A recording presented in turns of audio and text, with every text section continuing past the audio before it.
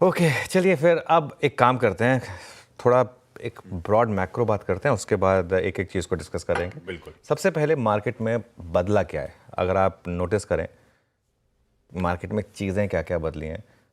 मुझे 2 दिन में छुट्टी पर गया था, उन 2 दिन में जब मार्केट का पूरा एंड खराब हो गया था, उसके बाद से जब से ये मैं वापस आया तब से चीज़ें बदली क्या। देखिए मार्केट में गिरावट आई थी 3 वजह से, और तीनों के तीनों फैक्टर्स अब पलट गए, और लिटरली पलट गए। पहला सबसे बड़ा फैक्टर था चाइना। इसमें किसी को कोई दो राय नहीं होनी चाहिए कि इस मार्केट की करेक्शन का सबसे बड़ा कारण चाइना था, क्योंकि एक रिस्क था कि पैसा इंडिया से निकलकर चाइना जा रहा है, और वो दिखा भी था हमको, हमने डेटा में दिखाया था कि काफ़ी पैसा इंडिया से निकलकर चाइना गया था। अच्छा, वो अभी भी हो रहा है, ऐसा नहीं है कि चाइना में पैसा नहीं जा रहा है, लेकिन जो बात थी ना आशीष की, आप स्टिमुलस पहली बार एकदम से कोई एकदम गिरा पड़ा है ना, उसको एक बार बहुत बड़ा जंप आएगा, उसके बाद आपको वही स्टिमुलस दोबारा देंगे ना, उतना जंप नहीं आएगा। ऐसा नहीं कि चाइना में पैसा जाना बंद हो गया, चाइना में अभी भी उतना ही पैसा जा रहा है। मैं जब ग्लोबल क्यूज डिस्कस करूंगा तो बताऊंगा वो डेटा, लेकिन अब चाइना ने चलना बंद कर दिया है। क्यों? क्योंकि वो शुरू में बहुत ज़्यादा वो था, एक एक्सुबरेंस था चाइना में, उसकी वजह से। और ज़रूरी नहीं है ना कि अगर चाइना में पैसा जाना वो सारा का सारा पैसा इंडिया से निकल कर ही जाएगा। ये भी तो हो सकता है कि चाइना में भी पैसा जाए, इंडिया में भी पैसा ठीक ठाक आता रहे। एटलीस्ट एफआई की सेलिंग कम हुई है, ये जो 2 दिन 12,000 करोड़ की सेलिंग थी वो अब 3-3.5 करोड़ पर आ चुकी है। ठीक है, दूसरी बात, वेस्ट एशिया और क्रूड, एक रिस्क ये बन रहा था कि इजराइल रिटेलिएट करेगा और ईरान के ऊपर। अब एक चीज़ जो निकल कर आ रही है कि कहीं ना कहीं एक, जिसे कहते हैं better sense prevails over everyone, कहीं ना कहीं सबको लग रहा है कि बियॉन्ड अ पॉइंट इस युद्ध को बहुत ज़्यादा एस्केलेट करने का कोई फायदा नहीं है, और उसकी वजह से क्रूड गिरा है, $75 पर आ गया। और एक बात बताऊँ ना आशीष, इस 75 में भी थोड़ा बहुत ग्लोबल जियोपॉलिटिकल टेंशन प्राइस्ड इन है। अगर जियोपॉलिटिकल टेंशन ना हो तो डिमांड के हिसाब से तो मेरे ख्याल से क्रूड 60-65 पे आ जाए। अगर 60-65 पे क्रूड आया तो सोचिए हमारे लिए कितना बड़ा पॉजिटिव है, मैक्रो के लिए। तीसरा कारण स्टेट इलेक्शन था, हालांकि उसने सिर्फ 2-3 दिन के लिए इम्पैक्ट करना था, लेकिन वो फैक्टर भी चला गया बीजेपी की जो रिवाइवल आई उसकी वजह से। और इन सब का अब एक सार है, जैसे मैं तो कह रहा था, एफआईआई की जो सेलिंग है अब वो क्लियरली धीरे धीरे कम हो रही है। सीरीज की जब हमने शुरुआत की थी तो 15,000 करोड़ की सेलिंग कैश मार्केट के नंबर ज़्यादा इंपॉर्टेंट रखता हूँ, 15,000 करोड़ की सेलिंग थी।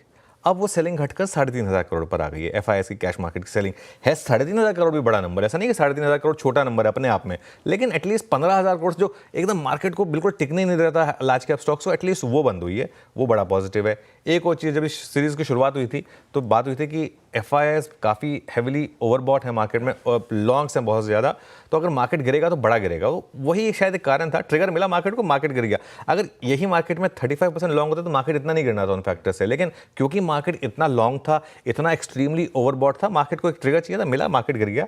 अब एफआईआई की पोजीशन देखिए आप, जो 85% लॉन्ग पोजीशनिंग थी एफआईआई की, अब वो घटकर रहेगी 35%। और इसके लिए अब इंक्रीमेंटली खराब न्यूज़ पर भी मार्केट नहीं गिरता है, क्योंकि अब लॉन्ग बचे ही नहीं है सिस्टम में, जो इनफैक्ट अब तो मार्केट में शॉर्ट्स हैं। तो मार्केट अब काफ़ी हल्का हो चुका है, अपने हायर लेवल से काफ़ी करेक्ट हो चुका है, और अब एक रैली के लिए मुझे लग रहा है मार्केट यहाँ पर तैयार है बेसिकली। सारे ingredients in place. Firm bottom की बात कब हुई थी, पलट के उन लेवल्स को नहीं देखा, इंच अप करते हुए आ गए उस रेजिस्टेंस बैंड पे, थोड़े दिन अटके, अब उस रेजिस्टेंस बैंड को भी पार करने की कर रहे हैं शायद हम लोग तैयारी। तो अब तक तो आपने शायद बढ़िया तरीके से वो बोल्ड कॉल के बाद से मूव एंजॉय करें, और अभी भी लग रहा है अब सारे इंग्रेडिएंट्स और इन प्लेस, शायद और अपटिक्स ये भारतीय बाजार दिखाता हुआ नजर आए। ग्लोब सपोर्टिव है, क्विकली रख देता हूं, गिफ्ट निफ्टी फ्लैट खुलने के इंडिकेशन दे रहा है, स्लाइटली इन ग्रीन, पर यूएस से हैंडओवर बढ़िया है।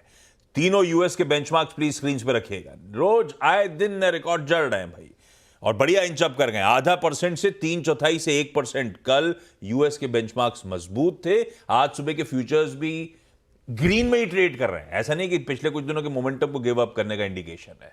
हैंडओवर भाव के लिहाज से तो बढ़िया दिख रहा है, पर आपकी रीडिंग क्या ग्लोबल क्यूज को लेकर? नहीं, ग्लोबल क्यूज अच्छे हैं आशीष, ग्लोबल क्यूज में तो कभी दिक्कत थी नहीं हमारे लिए। हमारा तो एक ऐसे स्टेज पे आ गए थे जिसमें कई बार हम चाहते थे कि ग्लोबल स्क्रीन खराब दिखे, क्योंकि वो चाइना और हैंगसेंग 2 मार्केट जो ज़्यादा चल रही थी, वो उन दोनों ने गिरना शुरू कर दी। देखिए आज भी दोनों मार्केट फ्लैट हैं। खैर पहले मैं आता हूँ यूएस मार्केट के फैक्टर पर। देखिए यूएस मार्केट बहुत स्ट्रांग है, और यूएस मार्केट अगर स्ट्रांग होती है तो क्योंकि वो मदर मार्केट है, बाकी मार्केट्स को एक अपने आप एक पॉजिटिव फिलिप मिलता है। डाउ 43,000 के पार बंद हुआ है पहली बार, निकला नहीं है, इसको ठीक करिए। पहली बार ये 43,000 के ऊपर बंद हुआ है और S&P का 46 रिकॉर्ड हाई, 46 बार, ये 3 दिन पहले 44 था, अब 46 टाइम, और नैस्डैक अब ऑल टाइम हाई के काफ़ी करीब है। दूसरा चाइना का फैक्टर, चाइना में अभी भी वो स्टिमुलस चल रहा है और वो बार बार स्टेटमेंट्स आ रही हैं। अब $846 बिलियन रेज करने की तैयारी हो रही है वहाँ पर 3 साल में, जो लोकल गवर्नमेंट्स यूज़ करेंगी अपनी डेट कम करने के लिए। गोल्डमैन ने चाइना की जो इकॉनमी है उसके टारगेट बढ़ाए हैं। 2024 में जीडीपी ग्रोथ 4.7% से 4.9% करी है और 2025 में 4.3% से 4.7% करी है। तो चाइना ग्रो करेगा, ऐसा नहीं है कि चाइना ग्रो नहीं करेगा, और पैसा चाइना में जाएगा। इनफैक्ट वो जो बिग ETFs हैं, ये हॉर्मस ने डेटा भेजा है मुझे, वो ETF का डेटा देखिए आप, अभी भी ETF में पैसा काफ़ी शानदार तरीके से आ रहा है। 2.5 बिलियन, 1.5 बिलियन, कुल मिलाकर करीब करीब $5 बिलियन के करीब चाइना में पैसा आ रहा है। ये बड़ा पैसा है चाइना में, $5 बिलियन मतलब करीब करीब 40,000 करोड़ हो गए, ठीक है। तो पैसा इंटैक्ट है चाइना में, लेकिन अब सिर्फ पैसे से चलना बंद कर दिया चाइना ने। अब जब तक ऑन ग्राउंड सिचुएशन इंप्रूव नहीं होगी, शायद अगली बड़ी रैली तभी होगी, या फिर एक और स्टिमुलस अगर चाइना अनाउंस कर दे तब होगी। ऑयल हमारे लिए जो सबसे बड़ा फैक्टर है, जो नेतन्याहू की स्टेटमेंट थी ना, उन्होंने कहा है कि वो न्यूक्लियर फैसिलिटी पर नहीं बल्कि मिलिट्री फैसिलिटी पर अटैक करेंगे। तो इससे मार्केट ने थोड़ा सॉलेस लिया इस वजह से। और देखिए, डिमांड तो खराब ही है। ओपेक प्लस बार बार अपनी डिमांड आउटलुक जो है वो कम कर रहे हैं। थर्ड स्ट्रेट मंथ है जिसमें ओपेक ने डिमांड का आउटलुक कम करा है। तो डिमांड तो कोई बहुत ज़्यादा है नहीं, सप्लाई कंसर्न्स की वजह से सिर्फ क्रूड के दाम जो है वो एक मेंटेन कर रहे थे। 1.9 मिलियन पे ले आए हैं वो, और 2024 में और 2025 में तो 1.6 मिलियन बैरल्स पर डे की डिमांड एक्सपेक्टेशन। चाहे भले ही क्लीन एनर्जी पर फोकस हो, बाकी जगहों पर शायद ऑयल मिलने की जो भी रीजंस रहे हो, लेकिन ऑयल की डिमांड क्लियरली कम हो रही है। और दिसंबर 1 को ओपेक प्लस मीट करेगा, क्योंकि 65-70 के नीचे ना ओपेक कंट्रीज़ के लिए बहुत टफ हो जाता है। उनकी इकोनॉमी जो है, जो वहाँ पर एकदम ऑलमोस्ट टैक्स फ्री कंट्रीज़ होती हैं सारी की सारी, वो इनके लिए बहुत, क्योंकि तेल का ही पैसा इतना होता है इनके पास, इसके लिए तो वो एक हमारे लिए टू वॉच आउट होगा। लेकिन ग्लोबल क्यूज़ बहुत शानदार है हमारे लिए। लीजिए भाई साहब, ब्रॉडर कमेंट्री इनकरेजिंग थी, ग्लोबल क्यूज सपोर्टिव हैं। मैं सेटअप पे जाऊं उससे पहले, आज नजर क्या रहेगी, की फोकस, की थीम्स, क्या रडार पे रख रहे हो आज आप? बिल्कुल, देखिए सबसे बड़ी की थीम आज की है HCL टेक के नंबर्स। यस, मैं बिग स्टॉक्स में उसको अलग से डिस्कस करूंगा, लेकिन HCL टेक के नंबर्स बहुत अच्छे हैं और ये IT सेक्टर में और जान भरेंगे। अब आप कह सकते हैं कि शायद कुछ हद तक पोजीशन थी, बिल्कुल थी, लेकिन HCL टेक वैसे भी बहुत स्ट्रॉन्ग स्टॉक रहा है और अभी भी ये कोई बहुत ज़्यादा डिमांडिंग नहीं है इसकी वैल्यूएशन। TCS के नंबर के बाद भी मैंने कहा था कि सिर्फ TCS को एक पैरामीटर मत मानिए, बाकी नंबर्स आने दीजिए। TCS क्लियरली एक एबरेशन था और IT तैयार एक बड़ी रैली के लिए। इनफैक्ट IT ने TCS के नंबर के बाद भी रैली की, सिर्फ TCS गिरा था, उसके अलावा बाकी सारे IT स्टॉक्स रैली किए थे। और जो 2 स्टॉक्स मैंने खास तौर से मेंशन किए थे, एम्फेसिस और LTI माइंडट्री, जहाँ पर क्लियरली BFSI का बहुत ज़्यादा फोकस है, वो वहाँ पर बड़ी रैली हुई है। नंबर्स देखिए HCL टेक के, 2.4% की डॉलर रेवेन्यू ग्रोथ है, एस्टिमेट था 1.3%। अब आप कहेंगे कि 2.4% कोई बहुत ज़्यादा तो नहीं है, जो एस्टिमेट था उससे ऑलमोस्ट डबल है, और क्या लेंगे आप। और यही स्टॉक आपको बताने की कोशिश कर रहा है। और जो कांस्टेंट करेंसी रेवेन्यू ग्रोथ है वो तो 1.6% है, जबकि एस्टिमेट था 0.6%। तो इस लेवल का HCL टेक ने एक तरीके से आउट परफॉर्म किया है। कल सारे के सारे एडीआर भी ऊपर थे, यहाँ पे भी स्टॉक्स ऊपर थे, तो इसके लिए एडीआर को चलना ही था इसके लिए। और एक और चीज़, लोअर लेवल का गाइडेंस बढ़ाना बहुत बड़ा पॉजिटिव होता है। लोअर लेवल का जो गाइडेंस है वो बढ़ाया HCL टेक ने, तो वो एक मार्केट के लिए बड़ा पॉजिटिव है। तो इसके लिए सबसे बड़ा फैक्टर तो आज IT रहेगा ही रहेगा। दूसरा बड़ा फैक्टर हमारे लिए रिलायंस है। 2 कारणों से मैं बहुत ज़्यादा कमेंट नहीं करूँगा इसके ऊपर। पहली बात तो रिलायंस नंबर्स पर हार्डली रिएक्ट करता है। मैं 20 साल से ट्रैक कर रहा हूँ, रिलायंस AGM पे ज़्यादा रिएक्ट करता है, कुछ न्यूज़ आती है तो ज़्यादा नंबर से बहुत ज़्यादा रिएक्ट करता नहीं है। और दूसरा कारण, इस पर बहुत ज़्यादा एडिटोरियल हमें देना भी नहीं चाहिए, क्योंकि भाई ये डिस्क्लेमर है कि कंपनी वही कंपनी है जो हमारा चैनल भी ऑन करती है, तो इसके लिए हमें अवॉइड करना चाहिए। इसके लिए मैं इसके ऊपर ज़्यादा और बात करूँगा नहीं। बाकी फैक्टर क्या रहेगा मार्केट के लिए, oil marketing companies, paint stocks, खासतौर से जो स्ट्रॉन्ग स्टॉक्स हैं, Berger Paints, Asian Paints, even Grasim for that matter, InterGlobe Aviation जहाँ पर स्टॉक हायर लेवल से थोड़ा करेक्ट हो चुका है, पिडिलाइट, ये सारे के सारे स्टॉक्स जो एक मुझे लग रहा है कि एक फ्रेश रैली के लिए तैयार है, तो इनके लिए ठीक है। ये तो हो गए जो ऑब्वियस फैक्टर्स हैं। अब मैं हमेशा कुछ नॉन ऑब्वियस फैक्टर्स ऐड करता हूँ।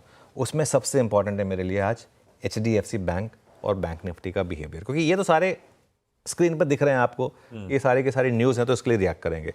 उसके अलावा क्या, HDFC बैंक और बैंक निफ्टी क्यों? क्योंकि दोनों हैं 20 डे EMA पर। निफ्टी बैंक HDFC बैंक ने तो कल इनफैक्ट उसको क्रॉस भी कर लिया, ₹2 से ही सही, और बैंक निफ्टी 150 पॉइंट दूर है अपने 20 डे EMA से।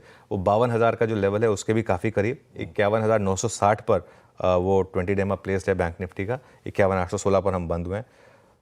अगर HDFC बैंक टॉप आउट नहीं हुआ तो ये बैंक निफ्टी को न्यू हाई पर भी ले जा सकता है, क्योंकि पैटर्न उस हिसाब से बना रहा है बैंक निफ्टी। पैटर्न देखिए बैंक निफ्टी का, हर बार बैंक निफ्टी में जो करेक्शन आई है वो 20 डे EMA से, अगर उसने 100 डे EMA से रिवर्सल लिया है और उसके बाद उसने नया हाई लगाया है, तो ये अगर पैटर्न इस बार भी प्ले आउट हुआ तो जो मेरा मानना रहा है कि नवंबर सीरीज में आप निफ्टी और बैंक निफ्टी दोनों पर शायद ऑल टाइम हाई लगाएंगे। निफ्टी बैंक 54,467 अब तक के रिकॉर्ड उच्चतम स्तर। HDFC बैंक को कीनली वॉच आउट करने की जरूरत हो सकता है, अगर वो सपोर्टिव रहा तो हम नए उच्चतम स्तरों की तरफ बढ़ रहे होंगे। इंडिविजुअली निफ्टी बैंक की आज की स्पेसिफिक रणनीति पर आगे आता हूं, लेकिन अब सेटअप की बारी। कल पिछले हफ्ता लार्जली कंसोलिडेशन के नाम, कल हफ्ते का आगाज बढ़िया हुआ। हमने अपफ्रंट डिस्कस भी करा कि काफी दिनों बाद ऐसा हुआ कि निफ्टी बैंक दोनों दिन के हाईस पे जाके समाप्ति करते हुए नजर आए। सेटअप लग कैसा रहा इस बीच? सेटअप अच्छा है मार्केट का, सेटअप में कोई दिक्कत नहीं है। कल DIIs ने बाय किया 2278 करोड़। अच्छा, अब एक चीज़ मैं आपको बार बार बताऊँ ना, अब ये नंबर्स देखिए आपकी स्क्रीन पर। कुछ ऐसे दिन थे जिसमें नेट इंस्टीट्यूशनल बाइंग थी, फिर भी मार्केट बहुत ज़्यादा गिरा था। कल टेक्निकली मार्केट में 1500 करोड़ की नेट इंस्टीट्यूशनल सेलिंग है, फिर भी निफ्टी 150 पॉइंट रैली कर रहा है। उसका कारण क्या? उसका कारण है सेंटीमेंट। देखिए, मार्केट का सेंटीमेंट खराब होना, ये मैं कहूँगा कई बार ऐसा भी हो सकता है आपको DIIs FIIs दोनों सेल कर दे फिर भी मार्केट बढ़ जाए। ये सेंटीमेंट की बात है। मार्केट में अगर सेंटीमेंट अच्छा हो तो चाहे FII सेल करे, DII सेल करे, फिर भी मार्केट चलेगा, क्योंकि रिटेल का पैसा बहुत है मार्केट में, डोमेस्टिक जो HNI है उसका पैसा बहुत है मार्केट में। तो ये आपके लिए इंटरेस्टिंग चीज़ है। लेकिन इसमें एक और इंटरेस्टिंग चीज़ छुपी है। आप FIIs के ग्रॉस नंबर्स देखेंगे ना, 9,000 करोड़ की बाइंग और 13,000 करोड़ की ग्रॉस सेलिंग। एक समय हमने 15,000 करोड़ की नेट सेलिंग भी देखी थी, कल 13,000 करोड़ की ग्रॉस सेलिंग है। मतलब FIIs भी अब, जिसे कहते हैं ना, कितना बेचोगे भैया, बियॉन्ड अ पॉइंट बचा ही नहीं कुछ बेचने के लिए, इतना बेच चुके हैं FIIs। खैर एनीवे, इंडेक्स फ्यूचर्स में कल बहुत टाइम के बाद बाइंग आई है, करीब 159 करोड़ की बाइंग आई है इंडेक्स फ्यूचर्स में। हालांकि स्टॉक फ्यूचर्स में भी सेलिंग है, लेकिन देखिए ये नंबर्स भी कहाँ हम हज़ारों करोड़ में बात करते थे, अब 150-200 करोड़ पर आ गए हैं, तो ये भी अपने आप में एक पॉजिटिव है। और with in index futures actually bank Nifty में तो कल बड़ी बाइंग हुई है। कल बैंक निफ्टी में 800 करोड़ की बाइंग हुई है, निफ्टी में भले ही 600 करोड़ की सेलिंग हुई। और अब वो ग्राफ आएगा आपकी स्क्रीन पर। अब लास्ट 3 दिन से थोड़े बहुत साइंस आने शुरू हुए हैं कि इंडेक्स फ्यूचर्स में बाइंग आई है। लॉन्ग शॉर्ट की जहाँ तक बात है आशीष, कल 7,000 लॉन्ग कम हुए, 7,000 शॉर्ट कम हुए। तो शॉर्ट धीरे धीरे कम हो रहे हैं, लेकिन अभी भी लॉन्ग में कन्वर्ट नहीं हो रहे हैं। वो अभी भी लॉन्ग लेने में लोग डर रहे हैं। उसकी वजह से वो जो लॉन्ग शॉर्ट है वो लगातार गिर ही रहा है या फिर और थोड़ा सा स्टेबल ही हुआ है। और परसेंटेज टर्म्स में भी अगर आप देखेंगे तो 35% अब हम नेट लॉन्ग पोजीशन पर हैं। नेट और जो नंबर ऑफ शॉर्ट्स है सिस्टम में, अब वो करीब करीब 1.5 लाख पर है। इंडिया विक्स भी ठीक ठाक है, 13 पर है, और वहाँ भी कोई बहुत ज़्यादा आपको साइन नहीं है ख़राब इंडिया विक्स में।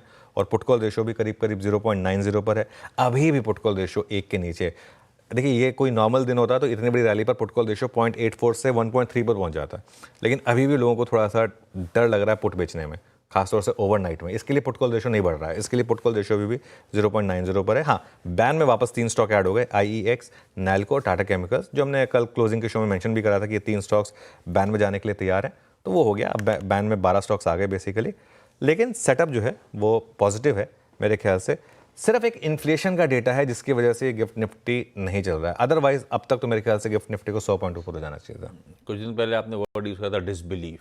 वो डिसबिलीफ है उस रैली पे, उसी के चलते चैनलाइज होता जा रहा है। अभी भी लोग साइडलाइंस पे बैठे ही हुए हैं। ठीक है, बढ़िया है, सारी कमेंट्री बढ़िया थी। अब आइए निफ्टी की तरफ। बढ़िया मतलब ऐसा लग रहा है कि मूड माहौल बढ़िया हो रहा है भारतीय बाजारों का, और दिख भी रहा है। कल सुबह निफ्टी पे चर्चा हुई थी कि गिरावट में या सपोर्ट्स के आसपास खरीदारी करने का मन बनाइएगा, और अपने जो बड़ा रेजिस्टेंस का बैंड था उसी थ्रेशोल्ड की तरफ, इनफैक्ट इंट्राडे हाइज वहीं पे जाके 25,150 से 25,200 का था बड़ा रेजिस्टेंस। हम 25,160 वो इंट्राडे हाइज आपकी स्क्रीन पे। लोअर लेवल्स पे खरीदना, उस स्टिफ रेजिस्टेंस बैंड की तरफ अप्रोच कर जाना। और अब क्योंकि हम उसी रेजिस्टेंस बैंड पे आके खड़े हुए हैं, आपकी कमेंट्री चाहे वो इवन ग्लोब हो, इवन सेटअप हो, सब ऐसा लग रहा है कि हम इस बैंड की तैयारी कर रहे हैं तोड़ने की, ऊपर और जाने की? लग क्या व्यू रखेंगे? बिल्कुल, देखिए पहले तो क्लोजिंग में हमने एक व्यू लिया था कि आप लॉन्ग Carry कैरी करिए और हेज करिए उसको मंथ एंड की पुट लेकर। आज हम खुलेंगे तो ट्रेड में आपको कुछ भी नहीं मिलेगा, ना कुछ खोएगा आपका, ठीक है। तो उसके बाद आप चाहें तो उसको हेजेस को रिमूव करके उसके बाद मार्केट में देखें किस तरीके से मार्केट बिहेव कर रहा है। पहले तो नंबर्स पर आते हैं। फर्स्ट रेजिस्टेंस आपको मिलेगा 25,180 से 25,285, ये 100 पॉइंट का बैंड है। यहाँ पर आपका 25,180 पर 10 डे है और 25,280 के आसपास आपका 20 डे है। बहुत क्रूशियल जोन है ये। इस जोन में आपको दिख जाएगा कि सेलिंग आ रही है या फिर मार्केट तैयार है इसको क्रॉस करने के लिए, क्योंकि इसको अगर क्रॉस किया आपने उसके बाद अगला रेजिस्टेंस पता है आपका कहाँ आएगा? सीधा 25,500 से 25,600। 25,300 से 25,600 के बीच में मार्केट में कोई बहुत बड़ी रेजिस्टेंस नहीं है। वो 300 पॉइंट जो है ना वो ऑलमोस्ट फ्री पॉइंट्स हैं। वो अगर मार्केट निकालेगा तो 300 पॉइंट आपको बहुत जल्दी मिल जाएंगे। तो इसके लिए इस लेवल का क्रॉस होना बहुत ज़रूरी है। सपोर्ट कहाँ मिलेगा आपको? पहले 25,000 से 25,050 पर कल का लो, और 100 day exponential moving average. 100 day exponential moving average दोनों निफ्टी और बैंक निफ्टी पर एक बॉटम का एक क्लियर कट जोन रहा है इसके लिए। और बड़ा सपोर्ट रहेगा आपका 24,900 से 25,000 ऑप्शंस के हिसाब से। देखिए अगर तो आप लॉन्ग कैरी कर रहे हैं और आपको लॉन्ग होना चाहिए इस मार्केट में, तो अपना स्टॉप लॉस बढ़ाकर ले आएँ अब 25,000 पर। कल का लो था 25,017, थोड़ा सा उसको नीचे कर लें 25,000 पर क्लोजिंग बेसिस पर। और कल 25,128 पर बंद हुआ, आज फ्लैट ओपन हो रहे हैं, तो कोई बहुत ज़्यादा दूर भी नहीं है वो लेवल। और इस तेज़ी में आशीष टारगेट रखें 25,300, 25,450 और 25,600 के। जैसे मैंने कहा 25,300 के बाद बहुत बड़ी रेजिस्टेंस नहीं है, तो 25,450 तो 25,600 हो सकता है आपको स्क्रीन पर। उसके बाद बहुत जल्दी देखने को मिल जाए अगर आप 25,300 के ऊपर बंद हो गए। तो ये टारगेट्स रखें इस स्विंग के लिए निफ्टी में। अगर आपने मिस कर दिया तो क्या करना है? 25,100 से 25,150 जो मतलब करंट जोन है, अज्यूम करिए कि मार्केट में या तो 25-26 पॉइंट का गैप डाउन है या 20-25 पॉइंट का गैप अप हो, कुछ भी हो, वो एक जोन होगा एक फ्रेश पोजीशन लेने का। और एड जोन होगा उसमें 25,050 से 25,100 का। और फ्रेश पोजीशंस के लिए थोड़ा सा हल्का सा नीचे का स्टॉप लॉस रहेगा 24,950 का। मेरे ख्याल से ये ट्रेड चलेगी आशीष, क्योंकि मेरा ये मानना है कि ये मार्केट अब तैयार है वापस ऑल टाइम हाई पर जाने के लिए। बस ये 180 से 280 का रेजिस्टेंस बैंड एक बार निकले, उसको क्लोजली वॉच आउट करना है। उसी के इर्द गिर्द हम खड़े भी हुए हैं। एक बार वो निकलता है तो बहुत बढ़िया अपसाइड्स और बनते हुए भारतीय बाजारों में नजर आएंगे। लेवल्स आपकी स्क्रीन पे प्रोड्यूसर साहब ने रख भी दिए, जिसकी अभी चर्चा हुई। निफ्टी बैंक बढ़िया है भाई साहब, और कल सुबह अपफ्रंट बातचीत हो रही थी, 51,000 के 100 डेमा को होल्ड कर रहा है। बढ़िया सेटअप है। बस 52,000 के एक बार बाहर निकले तो तेजी तूल पकड़ेगी। कल जाते आते 51,900 के आसपास ही इंटरडे हाइज की वहां पे बैठे। हम उसी क्रूशियल जोन के इर्द गिर्द हैं, किसिंग डिस्टेंस दूर कह लीजिए 52,000 के। क्या अप्रोच रखूं निफ्टी बैंक पे? कल हैवीवेट्स मदद कर रहे थे इस पॉकेट में। बिल्कुल, निफ्टी बैंक आज फिर निफ्टी की एक्सपायरी है बाय द वे। हाँ, फिर निफ्टी की एक्सपायरी है, अब लास्ट के 1-1.5 महीने बचे हैं इन सब के, तो ठीक है। लेकिन देखिए बैंक निफ्टी में सबसे इंपॉर्टेंट लेवल बार बार मैं मेंशन कर रहा हूँ 20 डेमा 51,960 का। 960 ओके। और कल हम बंद हुए हैं 10 डेमा के ऊपर 51,752।